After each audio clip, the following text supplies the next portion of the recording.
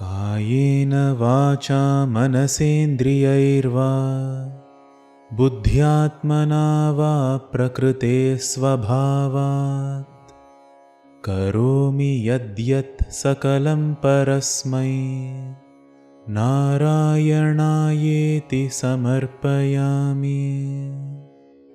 With my body, my speech, my mind or my sense organs, through my intellect, my sense of self or my natural tendencies, whatever actions I perform, all of it is towards the Supreme Being.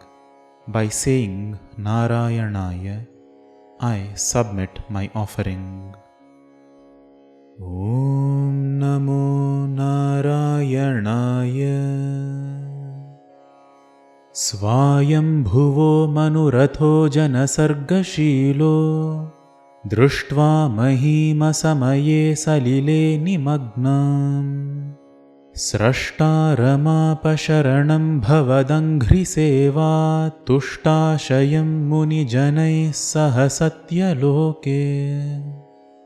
And then Swayambhuva Manu, who was engaged in the process of creation, seeing that the earth at an improper time is submerged in the waters, sought refuge in the Creator Brahma, who in the service of your feet finds contentment, along with a group of sages in Satyaloka.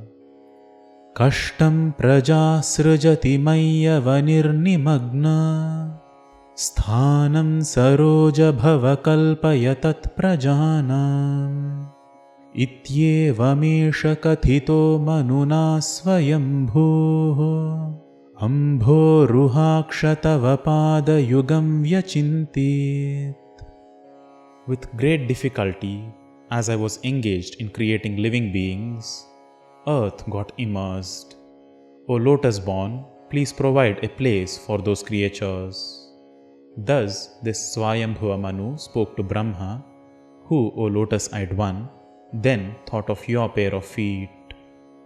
Ha ha vibho jalamahanyapibam purastad adyapi majjati mahi kimaham karomi ittham tvadanghriyugalam sharanam yatosya nasa putat samabhava shishukola rupi.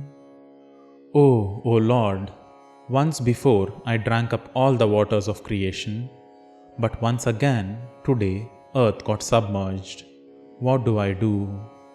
Thus at your pair of feet, as he sought refuge, from the tip of his nostrils you emerged in the form of a baby boar.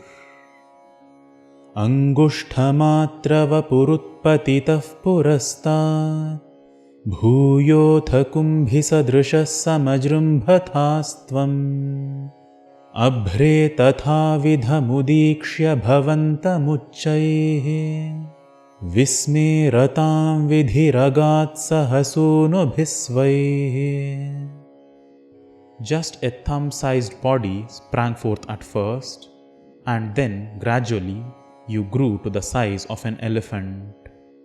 In the sky, looking at this form of yours, with a loud cry, Brahma was wonderstruck along with his own sons.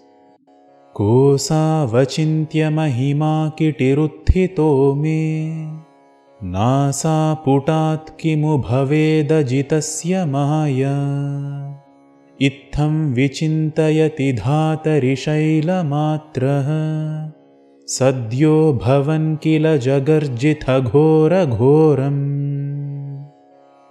Who is this boar of unthinkable glory who emerged from my nostrils? What kind of illusory power is this, O undefeated one?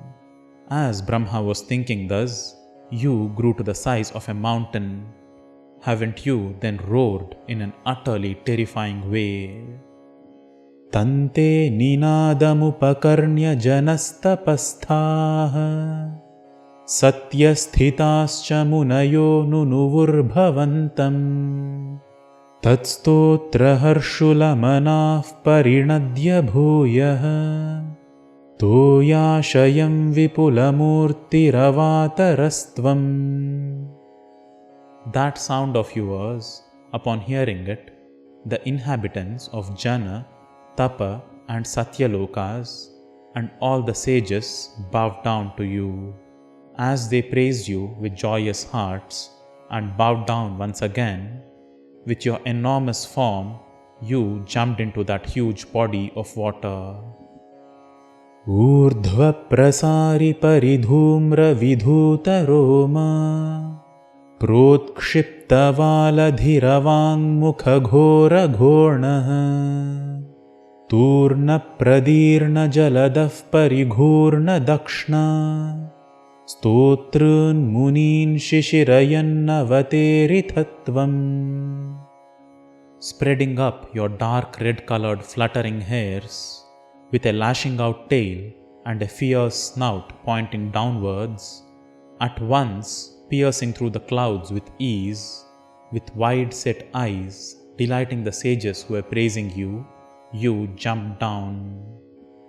Antarjalantadanusankulanakrakram भ्राम्यत्तिमिङ्गिलकुलं कलुषोर्मिमालम् आविश्य भीषणरवेण रसातलस्थान् आकम्पयन् वसुमतीमगवेषयस्त्वम्. Inside those waters, inhabited by crocodiles, roamed around by whales and filled with turbulent waters, entering it with a mighty roar, making the people of Rasatala tremble, you started searching for earth. दृष्ट्वाथ दैत्यहतकेन रसातलान्ते संवेशिताञ्झटिति कूटकिटिर्विभोत्वम् आपातुकानविगणय्य सुरारिखेटान् दंष्ट्राङ्कुरेण वसुधामदधाः सलीलम्. And then, spotting at the end of Rasatala the wicked Asura's concealment, at once in the form of the wild boar, you, disregarding the charging groups of Asuras, with the tip of your tusk, you lifted the earth up playfully. Abhyuddharannath dharan dashanagralagnam मुस्ताङ्कुराङ्कित इवाधिकपीवरात्मा उद्धूतघोरसलिलाज्जलधेरुदञ्चन् क्रीडावराहवपुरीश्वर पाहि रोगात्. Uplifting the earth in this way, placed at the front of your tusk, as gently as holding a tender shoot of grass, or one of a gigantic form, emerging from the terrible, turbulent waters of that ocean, O Lord of the form of a playful wild boar, save me from disease.